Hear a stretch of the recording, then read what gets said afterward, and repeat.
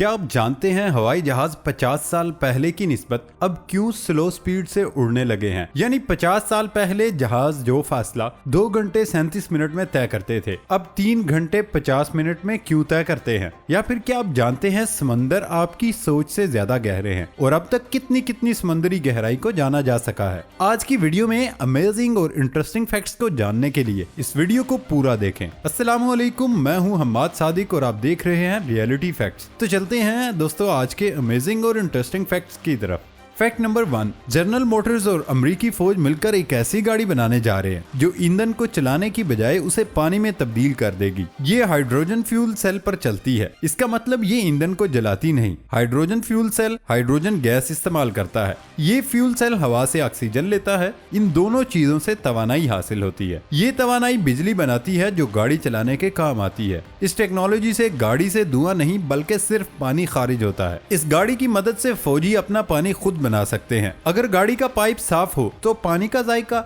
बिल्कुल ताजा पानी की तरह होगा। फैक्ट नंबर 2, बो ताओशी जापान का एक मकबूल खेल। इसे नेशनल डिफेंस एकेडमी जापान के कैडेट खेलते हैं। इस खेल में खिलाड़ियों की तादाद 150 होती है। ये 150 अफराद 2 टीमों पर मुश्तमिल होते हैं, यानी हर टीम में 75 अफराद होते हैं। 2 में से एक टीम हमला करती है और दूसरी टीम दिफा का काम करती है। हमला करने वाले खिलाड़ियों का असल मकसद मैदान में खड़े बड़े पोल को एक जानिब झुकाना होता है, जबकि दिफा करने वाली टीम हर सूरत में दूसरी टीम को पोल से दूर रखने की कोशिश करती है। अगर हमला करने वाली टीम पोल को 30 डिग्री तक झुका दे तो वो जीत जाती है। बड़ा पोल जमीन में गड़ा हुआ नहीं होता, बल्कि दिफा करने वाली टीम उसे सीधा पकड़े हुए होती है, जबकि इस पोल पर सबसे ऊपर बैठा हुआ शख्स उसे सीधा रखने में अहम किरदार अदा करता है। हमलावरों की कोशिश होती है कि किसी भी तरह पोल पर मौजूद एक शख्स को नीचे गिरा दे, जिसके बाद पोल झुकाना आसान हो जाता है। हमलावरों को 2 से 3 मिनट के दरमियान ही पोल को 3 सेकंड के लिए 30 डिग्री तक झुकाना होता है, जिसमें नाकामी पर हमलावर हार जाते हैं।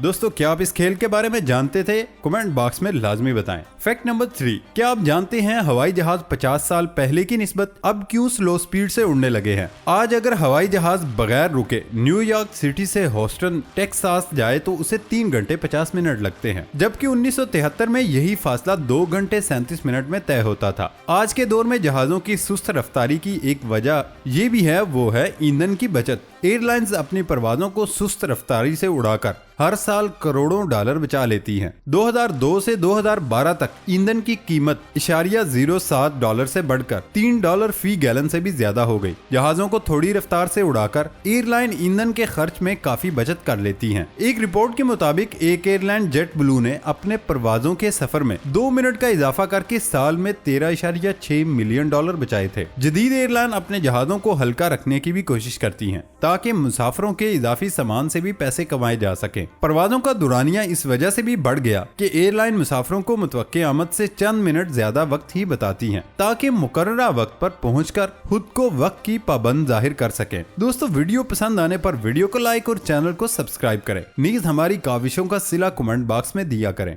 फैक्ट नंबर 3, क्या आपने कभी सोचा समंदर की गहराई कितनी होगी? समंदर इतने गहरे हैं कि अगर दुनिया की ऊंची जगहों को बराबर करके समंदर के गहरे मकामात को पुर किया जाए तो सतह जमीन समंदर की सतह आब से 2 मील नीचे हो जाएगी। तफरीह के तौर पर गोताखोरी करने वाले समंदर में 40 मीटर नीचे तक ही जाते हैं। फ्री डाइविंग में वर्ल्ड रिकॉर्ड 214 मीटर का है। इस रिकॉर्ड को बनाने वाला इस गहराई तक सिर्फ एक सांस में गया था। 332 मीटर वो गहराई है जहां तक गोताखोरी का आलमी रिकॉर्ड बनाया जा चुका है। अगर वो 111 मीटर मजीद नीचे यानी 443 मीटर की गहराई पर चला जाता तो ये एम्पायर स्टेट बुलंदी की बराबर होता। 500 मीटर की गहराई तक ही ब्लू व्हेल और USC वल्फ क्लास न्यूक्लियर आबदोज की पहुंच है। 535 मीटर की गहराई एम्परर पेंगुइन की हद पहुंच है। पानी की सतह से 1000 मीटर की गहराई में सूरज की रोशनी ही नहीं पहुंच सकती। इस मुकाम पर बहुत गहरा अंधेरा होता है। इस मुकाम पर पानी का दबाव इतना ही होता है, यानी यहाँ मौजूद कोई भी शख्स फौरन ही मर सकता है। अगर पानी का दबाव किसी को हलाक ना भी करे तो यहाँ पर मौजूद सीक्वर्ड किसी को मारने के लिए काफी हैं। 1280 मीटर की गहराई में लेदर पैक कछुए भी पहुंच सकते हैं। 2000 मीटर की गहराई में ब्लैक ड्रैगन फिश मौजूद होती है। इस गहराई में इस मछली को देखने का एक ही तरीका है, वो है फ्लैश लाइट का इस्तेमाल। 3800 मीटर की गहराई में मशहूर जमाना टाइटैनिक का ढांचा मौजूद है। 4000 मीटर की गहराई में पानी का दबाव 11000 पाउंड फी मुरब्बा इंच होता है।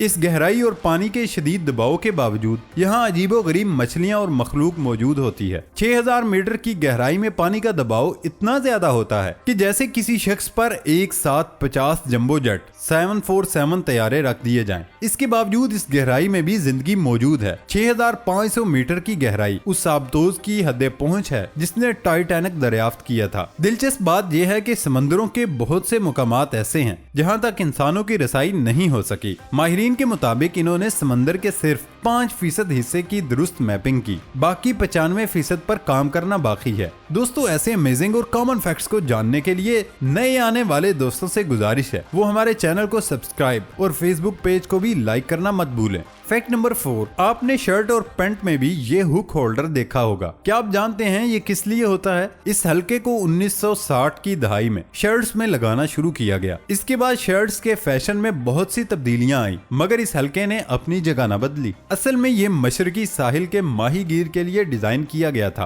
ताकि वो अपने कपड़ों को हैंगरों की बजाय तारों पर लटका कर सुखा सकें और फिर अगले दिन पहन सकें। इस हल्के की मदद से शर्ट्स लटकाने से इसमें सिलवटें नहीं पड़ती थी और माहीगीर इसे आराम से पहन सकते थे। इसी हल्के से शर्ट दीवार पर लटकाने का काम लिया जाता था ताकि इसमें फिर सिलवटें न पड़ जाएं। 1960 की दहाई में अमेरिका भर में ऐसी शर्ट्स मशहूर हो गईं, जहां से ये रिवाज सारी दुनिया में फैल गया। इस हल्के का मकसद सिर्फ इतना है कि लोग अपनी शर्ट को जिम वगैरह में उतार कर आराम से लटका दें। फैक्ट नंबर 5, यूरोपीय शहर जैसे पेरिस अमेरिकी शहरों जैसे न्यूयॉर्क से बहुत ज्यादा पुराने हैं। शहरों की उम्र के इस फर्क ने दोनों मुल्कों के शहरों में मजीद कई तरह से फर्क पैदा कर दिया। मिसाल के तौर पर अमेरिका के अमीर लोग शहरों के मुदाफात में रहते हैं, जबकि यूरोप का अमीर तबका शहरों के वस्त में रहता है। क्या आपने सोचा है कि ऐसा क्यों है? इसकी वजह यह है कि सैकड़ों साल पहले न कारें होती थी और न रेलगाड़ियां जो अमीर लोगों को शहरों तक ले आती थी। आम लोगों को अपने रहने के मुकाम से अपने काम के मुकाम तक आने के लिए पैदल आना पड़ता था, जबकि अमीर लोग ज्यादा चलना नहीं चाहते थे, इसलिए वो शहरों के बहुत करीब या शहरों में ही रहते थे। अगर 15वीं सदी के पेरिस को देखा जाए तो तब शहर के सबसे अमीर लोग शहर के दरमियान में रहते थे और सबसे ज्यादा गरीब लोग शहर से काफी फासले पर थे। आज भी यूरोपीय शहरों में सब लोग शहरों के वस्त में ही रहना चाहते हैं। इसके बरक्स अगर अमेरिकी शहरों को देखा जाए तो उनकी बुनियाद ही उस वक्त रखी गई थी जब रेलगाड़ियां और कारें आम होना शुरू हुई थी। इब्तदाई दिनों में तो महंगी होने की वजह से रेलगाड़ियां और कारें अमीर लोगों के इस्तेमाल में ही आती थी। अगर माजी में अमेरिका की आमदनी के हिसाब से नक्शे को देखें तो सबसे ज्यादा दौलतमंद लोग रेलवे स्टेशनों के करीब रहते हुए नजर आएंगे। कारों और रेलगाड़ियों की दस्तयाबी अगरचे महंगी ही सही, उसकी वजह से उमरा ने शहरों से बाहर रिहाइश रखना पसंद की। अमेरिकी शहरों में गरीब लोगों की वजह से जुराइम की शरह में भी काफी इजाफा हुआ। इस वजह से भी अमेरिकी उमरा ने शहरों की बजाय शहरों से बाहर रहना पसंद किया।